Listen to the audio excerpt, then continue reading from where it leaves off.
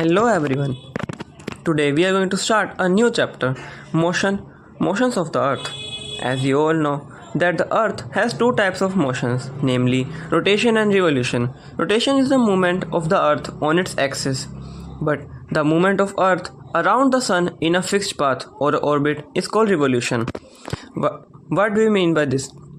Rotation is the movement of earth on its axis means जो अर्थ अपनी axis पर घूमती है मतलब चक्कर करती है और the movement of the earth around the sun in a fixed path और orbit is called revolution. Revolution क्या है? जब वो सन के आसपास अपने फिक्स्ड ऑर्बिट में घूमती है उसे रिवोल्यूशन कहते हैं। The axis of earth which is an imaginary line makes an angle of 66.5 degree with its orbital plane. इसका मतलब जो अर्थ है वो अपने सीधे पोजीशन से थोड़ी टिल्टेड है, मतलब अपनी इमेजिनरी लाइन से थोड़ी टिल्टेड है अपने एक्सिस पर 66.5 degree with its orbital plane.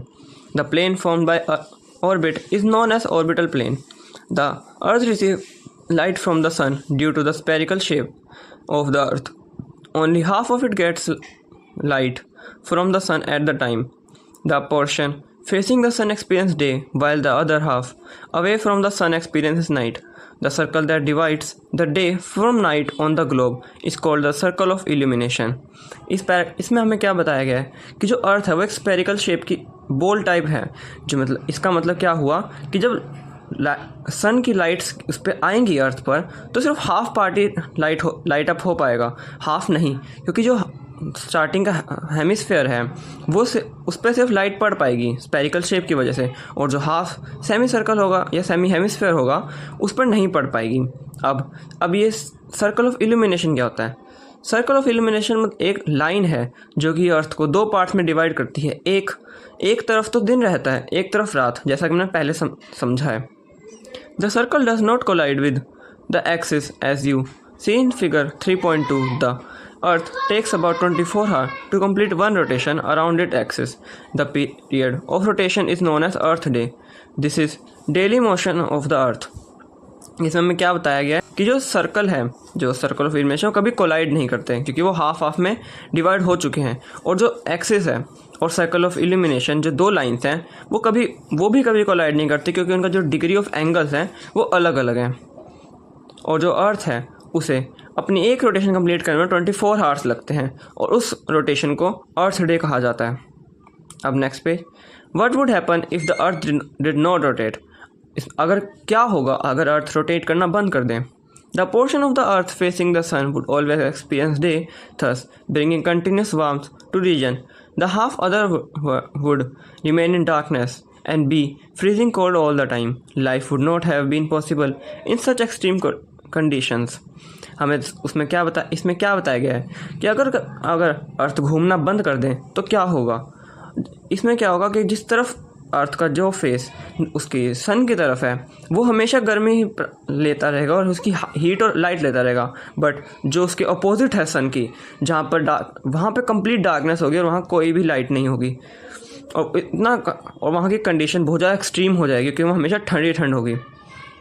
The second motion of the earth around the sun is its orbit is called revolution. It takes 365.5 days, 1 year, to revolve around the sun. We consider a year as consisting of 365 days only and ignore 6 hours for the sake of convenience. इसमें हमें क्या बताया गया है कि जो हमारा दूसरा मोशन है अर्थ का वो है रिवोल्यूशन। मतलब रिवोल्यूशन हमने पहले भी समझा है कि सन के आसपास जो हमारी अर्थ घूमती है उसे रिवोल्यूशन कहते हैं। इसको 365.1/4 डेज लगते हैं, मतलब कि 1 ईयर, बट हम इसको 365 ही कंसीडर करते हैं क्योंकि 1/4 मतलब कि 6 आवर्स को हम 4 ईयर्स बाद जब वो 24 हो जाते हैं तो उसे लीप ईयर की तरह कंसीडर करते हैं। 6 hours saved every year are added to make one day 24 hours. Over a span of 4 years, this surplus day is added to the month of February. Thus, every 4th year, February is the 29 days instead of 28 days. Such years with 366 days is called a leap year. Find out when will be the next leap year be. हमें जैसे मैंने आपको पहले बताया, इसमें भी वही बताया गया है कि जो ये 6 आवर्स रह जाते हैं हर साल उसे एक दिन ऐड कर दिया जाता है फरवरी के महीने में हर 4 सालों के अंदर। अब जो अर्थ जिस भी ऑर्बिट पर घूमती है उसे हम इलिप्टिकल ऑर्बिट कहते हैं। जो अपने सन के आसपास घूमती है उसको हम ऑर्बिट कहते हैं, और जो अर्थ घूमती है उसे हम इलिप्टिकल ऑर्बिट कहते हैं। A year is usually divided into summer, winter, springs and autumn seasons. Season change due to the change in the position of earth around the sun. ये जो हम एक साल को 4 पार्ट्स में डिवाइड करते हैं, summer, winter, spring and autumn, ये सब क्यों होते हैं? क्योंकि जो अर्थ की पोजीशन है सन के अराउंड वो चेंज होती रहती है। You will see that on the 21st June, the northern hemisphere tilted toward the sun rays. The rays of the sun fell directly on the Tropic of Cancer. हम 21 जून को जो northern hemisphere होता है वो थोड़ा टिल्टेड होता है सन की तरफ, जिसकी वजह से जो सन रेज होती हैं वो डायरेक्टली होती हैं ट्रॉपिक ऑफ कैंसर के ऊपर। As a result this area receive more heat. इसके मुताबिक हमें 21 जून को ज़्यादा हीट रिसीव होती है। The area near the poles receive less heat as the rays of the sun are slanting. The North Pole is inclined toward the sun and the places beyond the Arctic Circle experience continuous daylight for about 6 months. अब इसमें हमें क्या बताया गया, जो north pole है वो incline होता है अपने सन की तरफ, और उसकी उल्टी तरफ मतलब कि आर्टिक सर्कल की तरफ क्या हो जाएगा, वहाँ 6 महीने के लिए बिल्कुल दिन ही चलेगा, रात नहीं होगी, 6 महीने का दिन ही दिन रहेगा। Since a large portion of northern hemisphere is getting light from the sun, it's summer in the region north of the equator. The longest and the shortest night at these places occur on 21st June. At this time, the southern hemisphere, all these conditions are reversed. It is winter season. The nights are longer than the days. This position of the earth is called summer solstice. अब इसमें क्या है कि जो इसकी उल्टी side है northern hemisphere की, मतलब साउथ हेमिस्फीयर, वहाँ क्या होगा, वहाँ पर ठंड हो जाएगी, मतलब इसका उल्टा हो जाएगा। वहाँ रात ज़्यादा देर के लिए हो जाएगी और वहाँ पे ठंड होगी।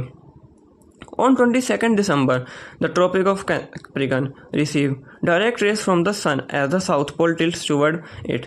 अब 22 दिसंबर को, जैसा कि हमने पहले पढ़ा, 21 जून को सबसे ज़्यादा हीट पड़ती है, वैसे ही 21 दिसंबर को ट्रॉपिक ऑफ कैंसर सबसे ज़्यादा हीट पड़ती है। जैसे कि समर हम सोल्स्टिस मानते हैं, उसका उल्टा ही विंटर सोल्स्टिस होता है। जैसे अब as the sun rays falls vertically on at the Tropic of Capricorn 23.5 degree south, a larger portion of southern hemisphere get heat. Therefore, it is summer in the southern hemisphere with longer days and shorter night. The reverse happen in the northern hemisphere. This portion of earth is called winter solstice. जैसा कि हमने पहले पढ़ा था वैसे ही इसमें भी है। जो अब 22 दिसंबर को क्या होगा, सबसे लंबी रात हो जाएगी और सबसे छोटे दिन हो जाएंगे। जो सबसे लंबी रात होगी वो 22 दिसंबर को होगी, सबसे छोटे दिन भी 22 दिसंबर को होंगे, उसे हम विंटर सोल्स्टिस कहते हैं। On 21st March and September 23rd, the direct rays of the sun falls on the equator. At this position, neither of the poles is tilted toward the sun, so the whole earth experiences equal day and equal night. This is called equinox.